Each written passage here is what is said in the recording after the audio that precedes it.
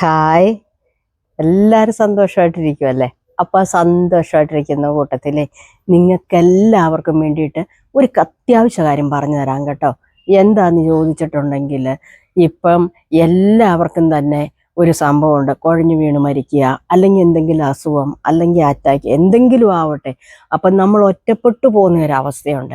ഇതിപ്പം ഭാര്യ ആയാലും ഭർത്താവായാലും അല്ലെ മക്കൾ പോയാലും ഒക്കെ, മാതാപിതാക്കളായാലും മക്കളായാലും ആരായാലും നമ്മൾ ഒറ്റപ്പെട്ടു പോകും. നമ്മുടെ കൂട്ടത്തിൽ നിന്ന് ഒരാളങ്ങ് പോയി കഴിയുമ്പോഴത്തേനും നമ്മളങ്ങോട്ട് ഒറ്റ തിരിഞ്ഞങ്ങോട്ടായിപ്പോവും. നമുക്ക് ഭയങ്കര പ്രയാസവും കാര്യങ്ങളും ഒക്കെ അതൊക്കെ ഉണ്ടാകുന്നേ. ഇതിൻ്റെ ഇടയ്ക്ക് അതെല്ലാം ഉണ്ടാകും. പക്ഷേങ്കിൽ ആ ഒറ്റ തിരിഞ്ഞ ഒരവസ്ഥയെന്ന് പറഞ്ഞാൽ അത് നമ്മൾ സ്വയം മാത്രമായിട്ട് ഏറ്റെടുക്കരുത്. കാരണം നമ്മളും ഒഴുക്കിനനുസരിച്ച് നീന്തുക എന്ന് പറഞ്ഞതുപോലെ നമ്മളും ആ ഒഴുക്കിനനുസരിച്ച് അങ്ങ് നീന്തിക്കണം. എന്താണെന്ന് വെച്ചാൽ നമ്മുടെ കുടുംബാംഗങ്ങളെല്ലാവരും ഓക്കെ ആകുമ്പം നമ്മളും പരമാവധി ഓക്കെ ആകാൻ ശ്രമിക്കണം. ഇപ്പം ഞാൻ പറഞ്ഞില്ലേ, എൻ്റെ അമ്മച്ചി പോയിട്ട് ഇത്രയും ദിവസങ്ങളല്ലേ ആയുള്ളൂ. അപ്പോൾ അമ്മച്ചി പറഞ്ഞൊരു കാര്യമുണ്ട്, നീ ഞാൻ പോയല്ലോ എന്നോർത്തുകൊണ്ട് കരഞ്ഞും പിഴിഞ്ഞോ ആലോചിച്ചു ഇരുന്നാൽ നീ അവിടെ തന്നെ ഇരിക്കുകയുള്ളൂ. നിന്റെ മക്കള് അല്ലെങ്കിൽ ഒന്നല്ല രണ്ടല്ല പ്രാവശ്യം നമുക്കൊന്ന് പുറത്തു പോകാം, അല്ലെ ഭക്ഷണം കഴിക്കാം എന്നൊക്കെ പറഞ്ഞാൽ നീ ഇവിടെ ചടഞ്ഞു കൂടി കിടന്നാൽ നീ അവിടെ ചടഞ്ഞു കൂടി തന്നെ കിടക്കും. ഒരാൾ പോയി, അത് പ്രപഞ്ച സത്യമാണ്. ജനനമുണ്ട്, മരണമുണ്ട്. ഇന്ന് ഞാനാണേ നാളെ നീ പോകും, അത് ഉറപ്പാണ്. അതിനെ മാത്രം ആലോചിച്ചുകൊണ്ടിരിക്കാതെ നമ്മൾ അടുത്ത സ്റ്റെപ്പ് വെച്ചോണമെന്നാണ് എൻ്റെ അമ്മച്ചി പറയുന്നത്. പോയത് പോയി, വന്നത് പോയി. സത്യമായ കാര്യം, എൻ്റെ അമ്മച്ചി അതിനൊരു ഉദാഹരണം തന്നെയാണ്. ഭയങ്കര പവറുള്ള ഒരാളായിരുന്നു എൻ്റെ അമ്മച്ചി. അച്ഛൻ പോയിട്ട് 28 വർഷമായി ഞാൻ നിങ്ങളുടെ അടുക്കൽ പറഞ്ഞിട്ടുണ്ട്. അതുപോലെ തന്നെ എൻ്റെ ചേച്ചി പോയിട്ട് ഈ കഴിഞ്ഞ സെപ്റ്റംബറിൽ വന്നപ്പം 3 വർഷമായി. അമ്മച്ചി അതൊക്കെ പിടിച്ച് തരണം ചെയ്തില്ലേ. അതുപോലെ തന്നെ എൻ്റെ ആങ്ങള ഈ കഴിഞ്ഞ ഏപ്രിൽ 5-ാം തീയതി മരിച്ചു. അത് പിന്നെ അന്നേരത്തേന് അമ്മച്ചിക്ക് തീരുമാനം വയ്യാഴിയുണ്ട്, അത് പിന്നെ അറിയിച്ചിട്ടില്ല. എങ്കിൽ പോലും അമ്മച്ചിക്ക് ഒരു സംശയം ഉണ്ടായിരുന്നു. പലപ്പോഴും ചോദിച്ചിട്ടുണ്ട്, അമ്മ എൻ്റെ ഉഷപ്പെണ്ണേ സ്വപ്നത്തിൽ വരുന്ന കൂട്ടത്തിൽ അവനും വരുന്നത് എന്തിനാ, അവനും വരുന്നത്.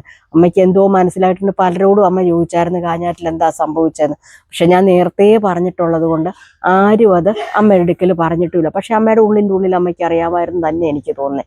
എന്നിട്ടും അമ്മച്ചിക്ക് പിടിച്ചു നിൽക്കാൻ ഒരു വലിയൊരു പവറുള്ളൊരു സ്ത്രീയായിരുന്നു എൻ്റെ അമ്മച്ചി. എല്ലാം തരണം ചെയ്ത് ഈ 90-ാം വയസ്സിലും ഈ ഒരു വീട്ടിലെ കാര്യങ്ങളെല്ലാം അമ്മച്ചി ചെയ്യുമായിരുന്നു. അമ്മച്ചിക്ക് ശരീരം അത്രമേ താഴെ പോന്നിടം വരെ.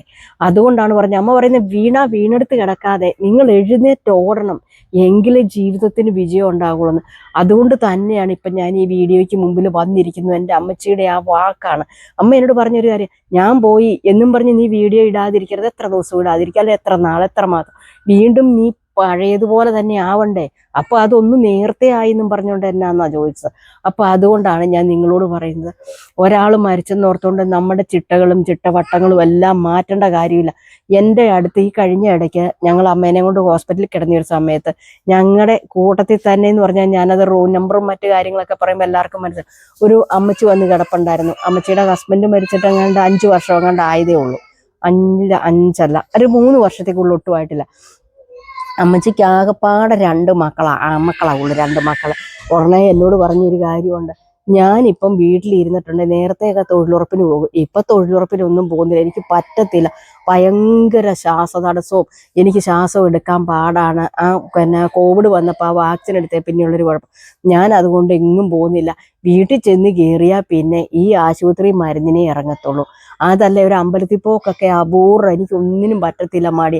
ഞാൻ ചോദിച്ചാൽ എന്നാ അമ്മച്ചിന്ന് വെച്ചാൽ എല്ലാ ഉത്സാഹവും പോയി.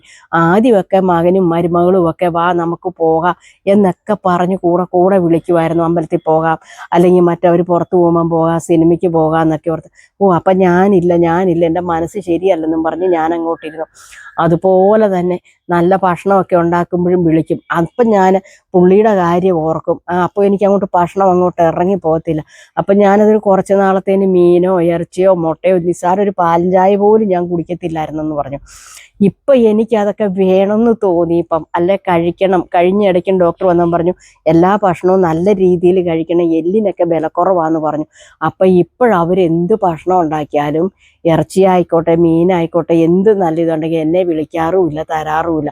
ഞാനിത് പരിച്ഛേദം നിർത്തി എന്നോർത്തോണ്ട്.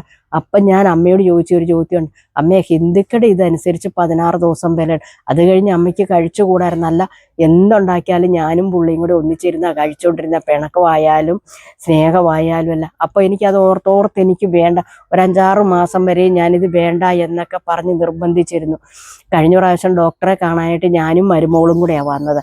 വന്നു കഴിഞ്ഞപ്പോൾ മരുമോടെ കേൾക്കെ തന്നെയാണ് ഡോക്ടർ ഇത് പറഞ്ഞത്. എന്നിട്ട് പിറ്റേ ദിവസമായാലും വീട്ടിൽ ഇങ്ങനെ ഉണ്ടാക്കി കഴിഞ്ഞപ്പോൾ അവൾ വന്നില്ല. ഇപ്പോൾ അവൾ കാണിക്കുന്ന ഒരു പണിയുണ്ട്. എന്താണെന്ന് ചോദിച്ചിട്ടുണ്ടെങ്കിൽ ബീഫൊക്കെ ഒലത്തും അല്ലെ കറിയാക്കും, എന്ത് ചെയ്താലും ഇപ്പം മീൻ ഇങ്ങനെ ചട്ടിക്കകത്ത് ഇങ്ങനെ തട്ടിപ്പൊത്തി ഡോക്ടർ എന്നോട് കഴിച്ചോളാൻ പറഞ്ഞു. ഞാൻ എടുത്ത് കഴിച്ചെങ്കിലൊന്നും. ഞാൻ ചോദിച്ചത് ആരുടെ കുഴപ്പം അമ്മയെന്ന് ചോദിച്ചു. അമ്മയ്ക്ക് വേണമെങ്കിലും വേണ്ടെങ്കിലും 1-2 പീസേ ഇറങ്ങിയുള്ളെങ്കിൽ അത് മതിയെന്നേ, നമുക്ക് വേണ്ടാന്നും പറഞ്ഞ് മാറ്റി വെക്കേണ്ട കാര്യമില്ല. അപ്പൊ അമ്മേനെ ഒരു സിനിമയ്ക്ക് വിളിക്കുന്ന എന്തിനാ? നമുക്ക് ഒരു 2.5 മണിക്കൂറെങ്കിലും മനസ്സിന് ഒരു സന്തോഷ സമാധാനം, മറ്റുള്ള ചിന്തകളും വിചാരങ്ങളും നമ്മുടെ മൈൻഡിൽ നിന്ന് വിട്ടുപോകും. ഇറങ്ങിക്കഴിയുമ്പോൾ ഉണ്ടാകുകയല്ലേന്ന് വെച്ചാൽ 2.5 മണിക്കൂർ നമ്മൾ ഫ്രീ അല്ലേ. അപ്പൊ നമ്മൾ ആഗ്രഹിക്കുമ്പോഴല്ല നമ്മളെ മക്കൾ വിളിക്കുന്നത്. മക്കളുടെ കൂടെ നമ്മളെ കൊണ്ടുപോകണമെന്ന് മക്കൾ ആഗ്രഹിച്ച് നമ്മളെ വിളിക്കുമ്പം വേണം നമ്മൾ അവരുടെ കൂടെ പോകണ്ട. നമുക്ക് തൃപ്തി ഇല്ലേ പോലും നമ്മൾ അങ്ങ് പൊയ്ക്കോണോന്നേ. ഞാനിത് പലരോടും പറഞ്ഞു കൊടുക്കുന്ന ഒരു കാര്യം. അപ്പോൾ എന്നോട് ചോദിച്ചു, ഇനി എന്താ മോളെ ചെയ്യുന്നതെന്ന് ചോദിച്ചു. അപ്പം ഞാൻ അമ്മയുടെ അടുത്ത് എന്നാന്ന് ചോദിച്ചാൽ, അമ്മയുടെ മൊബൈൽ മേടിച്ചിട്ട് എൻ്റെ ചാനൽ, അതുപോലെ എന്നെപ്പോൾക്ക് തന്നെ വീഡിയോ ഇടുന്ന ഒരു 3-4-5 വീട്ടമ്മമാരുണ്ട്. ഞാനത് അവരെ ഫോളോ ചെയ്യുന്നു. ഞാൻ അവരുടേതും കൂടി അമ്മയുടെ മൊബൈലിൽ സബ്സ്ക്രൈബ് ചെയ്യുകയും കാര്യങ്ങൾ കാണിക്കുകയും എല്ലാം ചെയ്തിട്ടുണ്ട്. അമ്മ ഇതൊക്കെ കണ്ടേച്ചും കഴിഞ്ഞേച്ചിട്ട് മൊബൈൽ വെക്കുകയോ അല്ലെ മരുമക്കോ മോനോ ഒക്കെ ഒന്ന് ഷെയറൊക്കെ ഒന്ന് ചെയ്ത് കൊടുക്കുമ്പോൾ അവർക്ക് കാര്യം മനസ്സിലാവും. അല്ലെങ്കിൽ തന്നെ അമ്മ ഇത് കണ്ടിട്ട് അമ്മ അങ്ങോട്ട് കയറി അങ്ങ് മിണ്ടിക്കണം, മോളെ ഇത് കണ്ടോ, മോളെ ഇത് കണ്ടോ, ഇവരുടെ വീഡിയോ കണ്ടോ, ഇവർ പറയുന്ന കാര്യം കേട്ടോ എന്നൊക്കെ ചോദിച്ചാൽ അമ്മയൊന്ന് കാണിച്ച്. നമുക്കല്ലേ ആൾ നഷ്ടപ്പെട്ടത്, അവർക്ക് ആളുണ്ട്, അവർക്ക് ഭർത്താവുണ്ട്, മക്കളുണ്ട്, എല്ലാം ഉണ്ട്. നമ്മളാ ഒറ്റ. അപ്പം നമ്മൾ അങ്ങോട്ട് കയറി അവരോട് ഇടപെടുകയും വേണ്ടി, അല്ലാതെ ഒരു മുറി കയറി അടച്ചിട്ടിരുന്നിട്ട് ഇങ്ങനെ ആലോചിച്ചിട്ടിരുന്നിട്ടൊന്നും ഒരു കാര്യവും ഇല്ല. അവിടെ ഇരിക്കാമെന്ന് മാത്രമേ ഉള്ളൂ. നമ്മൾ അവിടെ ഇരുന്ന് പിന്നെ ഒരു കിടപ്പ് രോഗിയായിട്ട് പോകും. അതുകൊണ്ടാണ് ഞാൻ പറയുന്നത്, മരണവും ജനനവും പ്രപഞ്ചത്തിൽ ഒരു സത്യമുണ്ട്, മരണവും ജനനവുമാണ്. അത് നമ്മൾ ഉൾക്കൊണ്ടേ പറ്റത്തുള്ളൂ. നമ്മുടെ എത്ര വലിയ നഷ്ടമായാലും മരണം വരെ നമ്മളത് ഓർക്കുകയും വിഷമിക്കുകയും ഒക്കെ ചെയ്യും. അത് നമ്മുടെ മനസ്സിൽ മാത്രം മതി. മക്കൾ വിളിക്കുമ്പോൾ നമ്മൾ പുറത്ത്. കഴിഞ്ഞ ദിവസം ഞാൻ പറഞ്ഞില്ലേ, അമ്മച്ചി മരിച്ചു കഴിഞ്ഞപ്പോൾ എൻ്റെ ചേച്ചിക്ക് തങ്കിപ്പള്ളി പോകണമെന്ന് പറഞ്ഞു. ഉടനെ തന്നെ ഞങ്ങൾ എല്ലാവരും പോയി ഒരു 2-2.5-3 മണിക്കൂർ മുകളിലോളം ഞങ്ങൾ അവിടെ പള്ളിയിലിരുന്നു. പുറത്തോട്ട് ആ ബീച്ചിൻ്റെ അവിടെ ആ കടലിലോട്ട് നോക്കിയിരുന്നു. ഇതൊക്കെ ചെയ്തു. ഇതൊക്കെ എന്ന് ചെയ്യുമ്പോൾ നമുക്ക് മനസ്സിനൊരാശ്വാസം. അല്ലാതെ നാട്ടുകാരെന്ത് വിചാരിക്കും, നമ്മുടെ അയൽവാസികൾ എന്ത്, അല്ല മക്കൾ എന്ത് വിചാരിക്കും എന്ന്, അവരൊക്കെ എന്ത് വേണേലും വിചാരിച്ചോട്ടെ. നമ്മുടെ കാര്യം നമ്മളാ തീരുമാനിക്കുന്നതെന്ന് വെച്ചാൽ മാത്രം മതി. നമ്മുടെ കാര്യം മറ്റൊരാൾ തീരുമാനിച്ചാൽ നമ്മുടെ കാര്യം നടക്കുക ഒന്നുമില്ല. നമ്മുടെ കാര്യം എന്ത് വേണമെന്ന് നമ്മൾ തീരുമാനിക്കണം. അതുകൊണ്ട് ഞാൻ പറയുന്നത്, നമ്മളെ പോകേണ്ട സ്ഥലത്ത് പോവുക, ചെയ്യേണ്ട കാര്യങ്ങൾ ചെയ്യുക, നമുക്ക് ഇഷ്ടമുള്ള ഭക്ഷണം കഴിക്കുക, ഇഷ്ടമുള്ള ഡ്രസ്സ് ചെയ്യുക. നിങ്ങൾക്ക് എന്താണോ നമുക്ക് ചെയ്യാനായിട്ട് തോന്നുക ആ കാര്യങ്ങളൊക്കെ ചെയ്ത് നമ്മൾ മുമ്പോട്ട്. വല്ലാതെ ഒരാൾ പോയി എന്നും പറഞ്ഞ് നമ്മൾ വിഷമിച്ചും പിറക്കി ഒന്നും ഇരുന്നിട്ട് കാര്യമില്ല. നമ്മൾ അടുത്ത സ്റ്റെപ്പ് വെച്ചോളൂ, എൻ്റെ അമ്മച്ചി പറഞ്ഞതുപോലെ. അപ്പം എല്ലാവരും ഈ കാര്യം ഒന്ന് മനസ്സിൽ വെച്ച് നിങ്ങളൊന്ന് ഇരുന്നോണം കേട്ടോ. നമ്മുടെ നഷ്ടങ്ങൾ നമ്മൾ മാത്രമായിട്ട് ഉണ്ടാക്കി വെക്കുന്നത്. അപ്പം ഈ അഭിപ്രായത്തോട് നിങ്ങളെല്ലാവരും യോജിക്കുന്നുണ്ടെങ്കിൽ കമൻറ്റ് ബോക്സിൽ ഒന്ന് കമൻറ്റ് ചെയ്യാൻ മറക്കല്ല. അടുത്ത വീഡിയോയിൽ നമ്മൾ വീണ്ടും കാണും. Tata bye bye. ഓക്കെ.